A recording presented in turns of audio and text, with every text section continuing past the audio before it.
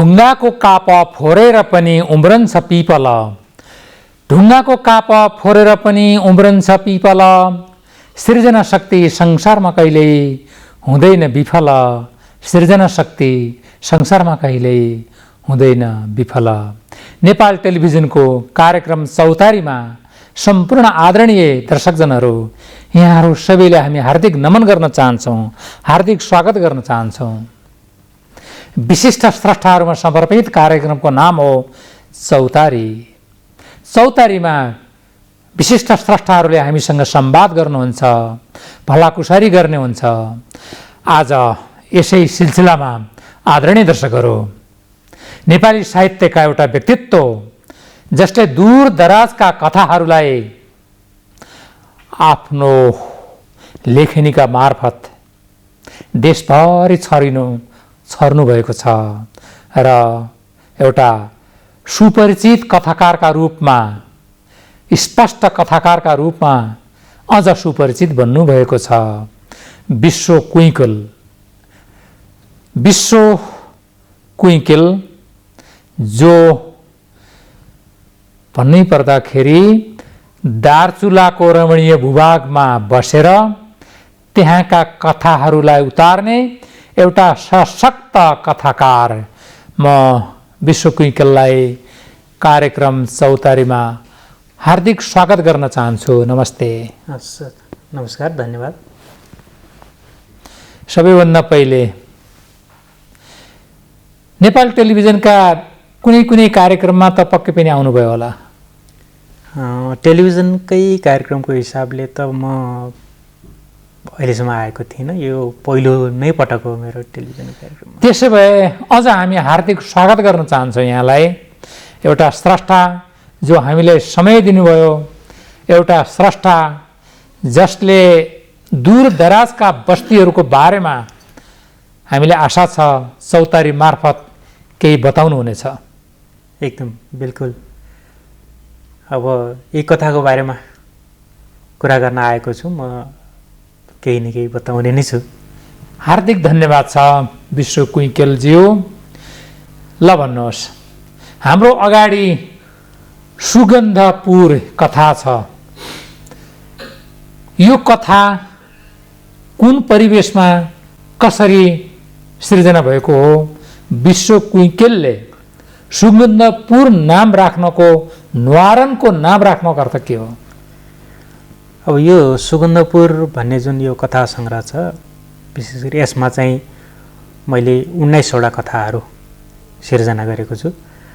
यी 19वटा कथाहरूमा चाहिँ काठमाडौँको काठका परिदृश्यहरू, सुदूरपश्चिमको परिदृश्यहरू, बर्दिया र म्याग्दी लगायतका स्थानहरूको परिदृश्यहरू मैले समेटेको छु र यसमा सकेसम्म ती स्थानहरूको बारेमा पनि केही न केही कुराहरू अगाडि ल्याउने प्रयास समेत यसमा गरेको छु। र विशेष गरी यसैको जुन शीर्षक कथा सुगन्धपुर भन्ने छ, सुगन्धपुर भन्ने शीर्षक कथा चाहिँ एउटा दलित बस्तीमाथि लेखिएको कथा हो र यसको ठ्याक्कै भन्नुपर्दा चाहिँ यसको कथाको गर्व अथवा कथा चाहिँ कसरी चाहिँ परिकल्पना आयो भनेर भन्दा चाहिँ जुन बझाङको एउटा समाचार पढेको थिएँ, दुईवटा दलित बस्तीको नाम चाहिँ परिवर्तन गरेर भक्तपुर र ललितपुर राखिएको थियो र त्यति घटनाबाट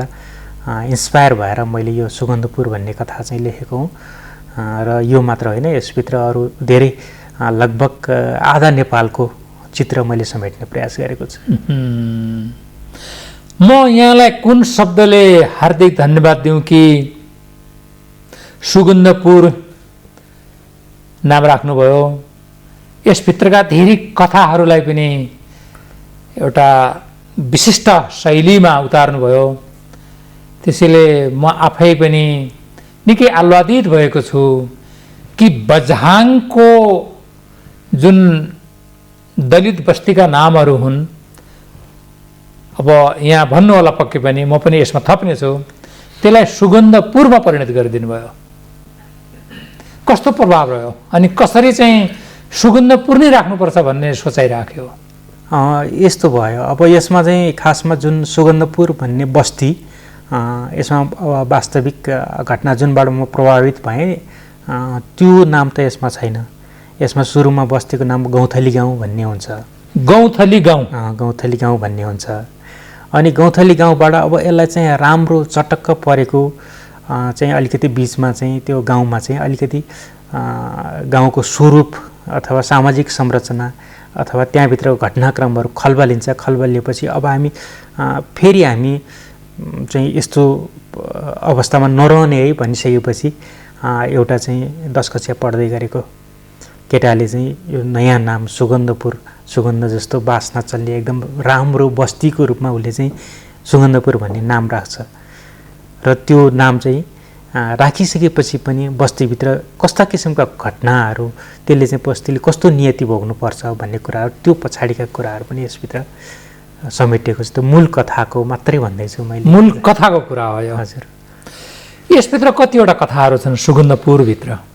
यसमा चाहिँ जम्मा 19वटा कथाहरू छन्। 19वटा कथाहरू छन्? हजुर। र यसमा मैले हजुरलाई भन्नै पर्दा 19वटा कथाहरूमा चाहिँ अधिकांश कथाहरू चाहिँ कुनै न कुनै यथार्थमै रहेर लेखिएको छ।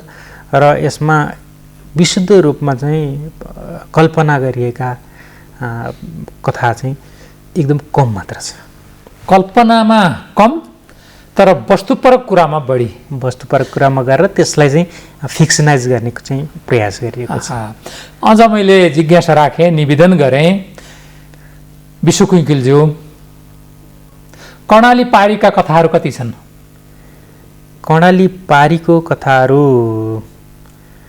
5वटा चाहिँ ठ्याक्कै सुदूरपश्चिमकै छन् र एउटा कथा चाहिँ जुन बर्दियाली परिवेशबाट कर्णालीलाई जोडिएको, एउटा बर्दियामा हुर्किँदै गरेको एउटा मधेसी पात्रलाई कर्णालीको भूगोलसँग परिचित गराएर त्यहाँको जुन उहाँको जुन अनुभूति हुन्छ त्यो अनुभूतिलाई प्रष्ट पार्ने चाहिँ कोसिस गरेको गर्दा 6वटा कथाहरू चाहिँ कर्णालीकै सेरोफेरोको छ। अथवा बर्दियामा बसेको मान्छेलाई पहाडी भूगोलको बारेमा पनि केही अनुभूति हुनु पर्यो भन्ने कस्तो किसिमको महसुस हुन्छ त? जस्तो कर्णाली चाहिँ जुन राकममा कर्णाली देख्दाखेरि हजुर त्यो कर्णालीको स्वरूप र बर्दियाको कोठियाघाटमा त्यो कर्णाली देख्दाखेरि एउटा बर्दियाको मान्छेले कस्तो किसिमको महसुस गर्छ, त्यो पानीप्रति कति फरक अपनत्व कति महसुस गर्छ भन्ने कुरालाई मैले त्यहाँ चाहिँ विश्लेषण गर्ने प्रयास गरेको छु। अनि त्यसपछिको मलाई दार्चुला जान मन लाग्यो। दार्चुलाको यहाँको बसाइ कतिसम्म भयो? लगभग मेरो 2 वर्षै भन्नुपर्छ, 21-22 महिना जति म त्यहाँ बसेँ। र एउटा अनुभव कस्तो पनि रह्यो भने दार्चुलाको लगभग सबै भूगोलमा घुमेँ र त्यही क्रममा अथवा सो पश्चात पनि सुदूरपश्चिमको सबै भूगोलहरू पनि मैले घुम्ने मौका पाएको छु र त्यसको कहीँ न कहीँ चाहिँ त्यसको सिनोप्सिस, कहीँ न कहीँ त्यसको प्रभाव चाहिँ यहाँभित्र भएका कथाहरूमा पनि परेका छन्। धेरै राम्रो। दार्चुला पुगिसकेपछि पक्कै पनि लिम्पियाधुराको बारेमा पनि चर्चा पक्कै सुन्नुभयो होला कि कथामा पनि समावेश छन्? बिल्कुल, एकदम। यसमा एउटा सेतो घोडा भन्ने कथा छ। सेतो घोडा? हजुर। त्यो सेतो घोडा चाहिँ त्यहाँको 82 सौका समुदायको सामाजिक सांस्कृतिक सौका समुदाय आर्थिक अवस्थाको बारेमा चाहिँ त्यसलाई समेटेर लेखिएको कथा छ। र यसले चाहिँ मलाई के लाग्छ भने त्यहाँभित्रको अहिले हामी धेरै प्रसङ्गमा, नेपालको नक्साको प्रसङ्गमा, अरू प्रसङ्गमा, कालापानीको प्रसङ्गमा पनि जुन व्यासको कुरा गर्छौँ, त्यो क्षेत्रको कुरा गर्छौँ, यहाँभित्र समेटिएको त्यहाँको सामाजिक आर्थिक सांस्कृतिक पक्षहरूको जुन कथाले समेटेको विषय छ त्यो पनि एउटा महत्त्वपूर्ण पक्ष हो र जुन कुरालाई नजरअन्दाज गरेर चाहिँ त्यहाँको समस्याहरू पनि समाधान हुन सक्दैन जस्तो चाहिँ मेरो आफ्नो अनुभूति रहेको छ। बेस क्षेत्रका मान्छेहरूको त वास्तवमा भन्नुपर्दा नेपालको भूगोलमा बसे तापनि उनीहरूको सम्बन्ध त्रिकोणात्मक जस्तो देखिन्छ। हजुर, त्यो कुराहरू पनि कथामा पक्कै होला। एकदमै बिल्कुलै छ। त्यहाँ कस्तो छ भने जुन ताक्लाकोट छ, ताक्लाकोटमा चाहिँ उहाँहरूको आर्थिक गतिविधि हुन्छ। भारतसँग उहाँहरूको आर्थिक सम्बन्ध हुन्छ, सामाजिक सम्बन्ध हुन्छ र नेपालमा उहाँहरूको बसोबास छ र नातागोता कुटुम्बको हिसाबले त्यो क्षेत्रमा छरिएर बस्नु भएको छ। त्यसको चाहिँ गहिरो प्रभाव चाहिँ त्यहाँ परेको देखिन्छ। लिपुलेक र लिम्पियाधुराका जुन चर्चाहरू राजधानीमा आउने गर्छन्, एउटा स्वाभाविक रूपमा नजरअन्दाज नभएर प्रत्यक्ष देख्ने व्यक्तिको विचारमा एउटा साहित्यिक कथाकारको एउटा विशिष्ट पंक्तिको विचारमा लिम्पियाधुरा र लिपुलेक सौगा जातिको छोटकरीमा भन्नुपर्दा कस्तो अर्थ लाग्छ? अब त्यसमा चाहिँ अब सम्बन्धको हिसाबले चाहिँ एकदमै चाहिँ गाढा किसिमको सम्बन्ध छ। हजुर। र त्यो भूगोलको हिसाबले चाहिँ यस्ता कतिपय कुराहरू म चाहिँ त्यहाँ प्रशासकको रूपमा पनि बसेको सन्दर्भमा त्यसका जति पनि कुराहरू छन् हामीले पहिलादेखि केही कुराहरू हामीले समेट्न सकेनौँ कि, र त्यो आधारहरू चाहिँ जुन क्षेत्रहरू छ त्यो क्षेत्रहरू चाहिँ हाम्रो नेपाली भूमिसँग कसरी जोडिएको छ र कसरी नेपाली भूमि नै हो भन्ने कुराहरू त्यहाँ चाहिँ स्पष्ट रूपमा देखिन्छ। अब हाम्रो चाहिँ अलिकति कूटनीतिक बाटोमा चाहिँ हामी अलिक कमजोर भइरहेको अवस्था। आदरणीय दर्शकहरू, लिपुलेक लिम्पियाधुरा अर्थात् दार्चुला बझाङ जो सुगन्धपुर, यसभित्र अझै गर्भमा केही कुराहरू छन्। एउटा विशिष्ट पंक्तिसँगै जोडिएको र विशिष्ट कथा सम्पूर्णले पढ्नै पर्ने यो कथा सुगन्धपुर मात्र नेपाल खाल्डोको होइन, यो दूर दराजका बस्तीहरूको आवाज हो भन्ने हामीले लाग्दछ। विश्व कुइकुल्ला हाम्रो माझमा हुनुहुन्छ, जो राष्ट्र सेवक कर्मचारी पनि हुनुहुन्छ, उपसचिवका रूपमा गृह मन्त्रालयमा सेवारत हुनुहुन्छ र उहाँको नजर विशेष गरिकन आफू घुमेको, आफूले देखेको, नजर अन्दाज होइन तर भोगाइका कुराहरूलाई टिपेकाका आधारमा यो एउटा विशिष्ट कृति सुगन्धपुर यहाँहरूको माझमा आयो। यो कथा अवश्य पनि ऐतिहासिक छ। 19वटा कथाहरूको एउटा पुष्पपुञ्जका रूपमा नेपाली साहित्यको बगैँचामा चाहिँ प्रफुल्लित भएको, सुगन्धित भएको हामीले पाएका छौँ। आदरणीय दर्शकहरू, अब मूलत यहाँ सुदूरपश्चिमलाई निकै नजिकबाट भाषागत रूपमा, सामाजिक परिवेशका रूपमा माया गर्ने एउटा राष्ट्रसेवक कर्मचारी,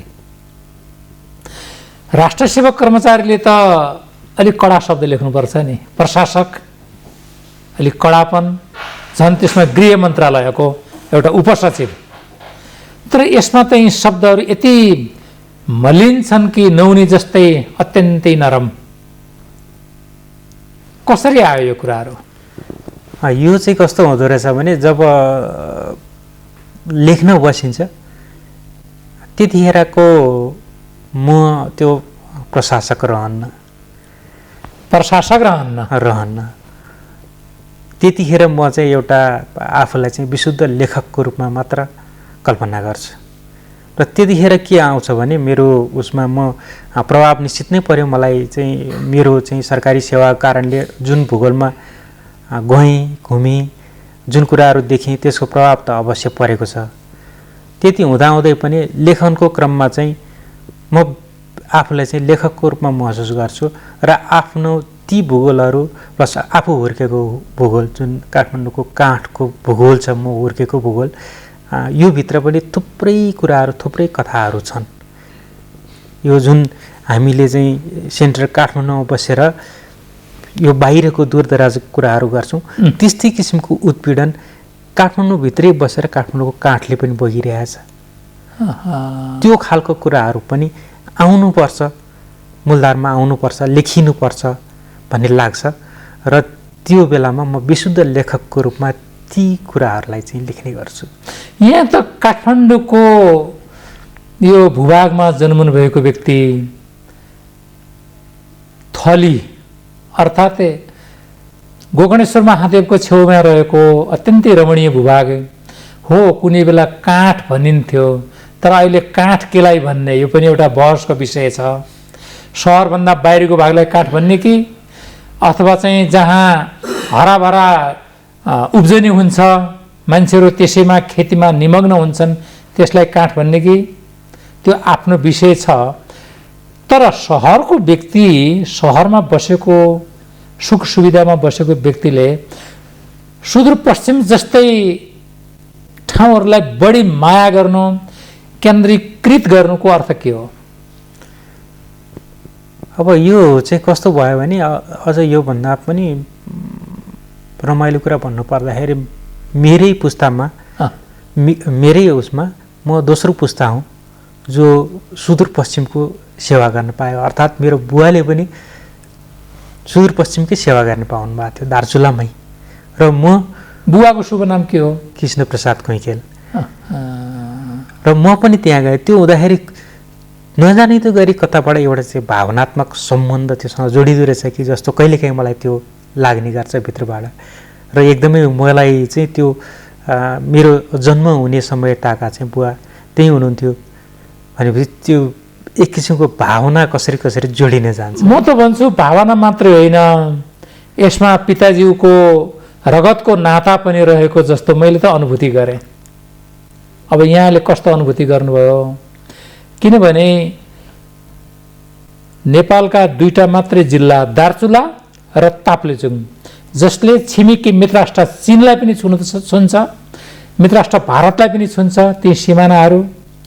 अब त्यही पुगेर एउटा कृति तयार पार्नु भनेको आदरणीय दर्शकहरू, यो वास्तवमा सामान्य कुरा होइन। मैले अलिकति बढी बोले जस्तो लाग्छ। म विश्वामित्र कुइकेलसँगै कुराहरू रम्न चाहन्छु, कुराहरूमा केन्द्रित हुन चाहन्छु। यसमा 19वटा कथाहरू छन्। 19वटा कथाहरू यो अविस्मरणीय कथाको पुष्पपुञ्ज हो भन्ने मलाई लाग्दछ। थाहा, त्यो रात, काकाको रेडियो, थोपा, भुलिएकी दिदी, दोधार, पाटन चुलो, नाता, मेजर साहब, थोप्पल खोला, यसमा म आउनेछु। विक्रम, रणधीर दाई, राम सुमिरन, सेतो घोडा जो बर्दिएको कुरा गर्नुभयो, कमरेड परशु, तिर्खा, सुगन्धपुर, डी कलिङ अनि पर्दा खस्यो, थोप्पल खोला। सबै कुरा गर्न हामी भ्याउँदैनौँ। यसको बारेमा कृपया। थोप्पल खोला चाहिँ धादिङ बेसीको नजिकबाट जुन बगिरहेको खोला छ त्यो थोप्पल खोला हो। यो थोप्पल खोलालाई चाहिँ मैले एकजना महिलाको जीवनसँग तुलना गरेर यो कथा लेखेको छु। जो महिला चाहिँ जुन त्यसको चाहिँ पुरुष छ, पुरुषले चाहिँ एक किसिमको जिन्दगी भोगिरहेको छ र महिलाले जुन किसिमको दुःख, धेरैवटा सन्तान पाउने अनि त्यसपछि घरमा चाहिँ जुन किसिमको दुःख, पीडा, उत्पीडन छ र यो पुरुष र महिला बिचको जुन सम्बन्ध हामीले चाहिँ ग्रामीण भेगहरूमा जाँदाखेरि जुन किसिमको देख्छौँ त्यही किसिमको उहाँको पीडालाई चाहिँ मैले थोप्पल खोला बगिरहेको स्वरूपमा व्याख्या गर्ने कोसिस गरेको छु। यसमा चाहिँ धादिङको परिवेश छ यो कथा। हजुर, यसै गरिकन धेरै कुराहरू छन्। यो बडा कस्तो भने जिज्ञासा धेरै उत्पन्न गराउने कृति।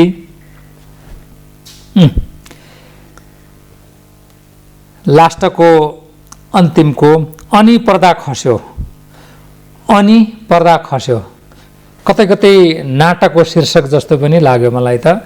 हो, यो चाहिँ विशेष गरी नाटकमा नै आधारित छ होइन।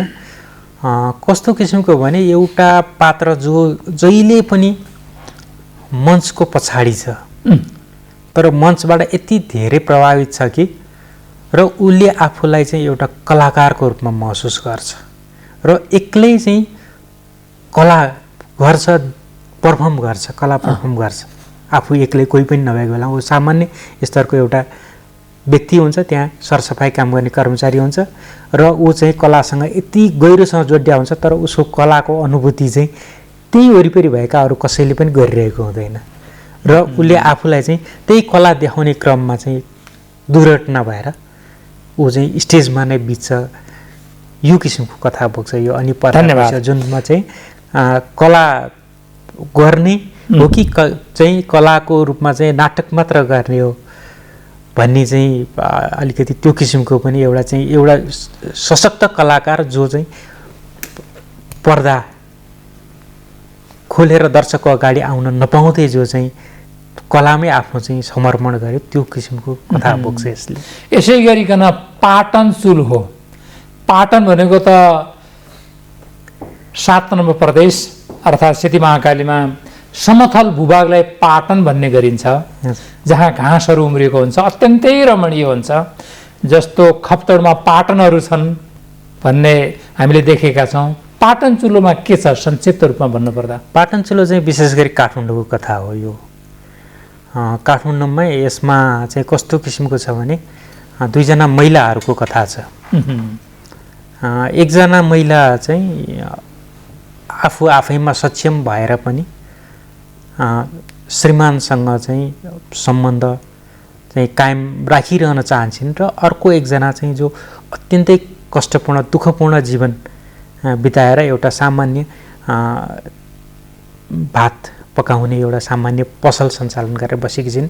उनले चाहिँ आफू एक्लै पति बिना पनि म बाँच्न सक्छु भनेर सङ्घर्ष गरेर पतिलाई छोडेर बस्छिन्। यो चाहिँ एकजना नेवार हुन्छन् त्यो पात्र चाहिँ। अर्को पात्र चाहिँ अरू कम्युनिटीको बाहुन क्षेत्री कम्युनिटीको हुन्छ र यसमा चाहिँ मैले खास देखाउन खोजेको दृश्य चाहिँ के छ भने मान्छे के कारणले बन्डिङ भइरहन्छ, सबै मान्छेमा एकै किसिमको बन्डिङको नेचर हुँदैन, फरक हुन्छ। कोही कमजोर भएर पनि त्यो आँट देखाउँछ, कोही बलियो भएर पनि त्यो आँट देखाउन सक्दैन। यो कन्ट्रोभर्सी छ सोसाइटीमा भन्ने कुरा। धन्यवाद। अब यसपछिका कृतिहरू कुनै निस्कँदैछन् यहाँबाट? म लेखनको चरणमा छु। एउटा कथा सङ्ग्रह मैले लगभग सिद्ध्याइसकेको छु, त्यसलाई चाहिँ अलिकति पढ्न भनेर हजुर केही शुभेच्छुकहरूलाई चाहिँ पाण्डुलिपि पढ्न दिइरहेको छु र अर्को एउटा ऐतिहासिक उपन्यास पनि मैले लेखिरहेको छु। यो 1995-97 सालतिरको घटनामा आधारित रहेर एउटा उपन्यास लेखिरहेको छु। त्यसको पनि लगभग 75-80% जति लेखिसकेको। धन्यवाद। कार्यक्रम चौतारीमा आइदिनु भयो, आफ्ना अमूल्य विचारहरू राखिदिनु भयो र नयाँ कृतिको पर्खाइमा हुनुहुन्छ। हार्दिक शुभकामना छ। त्यसपछि हामी बधाई दिनेछौँ। विश्व कुइकेल एउटा सुप्रसिद्ध कथाकार बन्दै हुनुहुन्छ। यस्तो कृति हाम्रो माझमा आयो, कार्यक्रममा आइदिनु भयो, धेरै धेरै धन्यवाद छ। मेरो पनि धेरै धन्यवाद। टेलिभिजनको पर्दामा ल्याएर आफ्ना भनाइहरू राख्ने, विशेष गरी मेरो यो कथा सङ्ग्रह सुगन्धपुरको बारेमा केही कुराहरू राख्ने अवसर दिनुभयो र मेरो भावी योजनाको बारेमा बताउने अवसर पनि प्राप्त भयो। यसको लागि धन्यवाद। धन्यवाद दिन चाहन्छु। धन्यवाद। उपकारी गुणी व्यक्ति निहुरन्छ निरन्तर, फलेको वृक्षको हाँगो नझुकेको कहाँ छ र, फलेको वृक्षको हाँगो नझुकेको कहाँ छ र। कार्यक्रमबाट हामी सबैलाई बिदा दिनुहोस्। हवस् त, नमस्ते।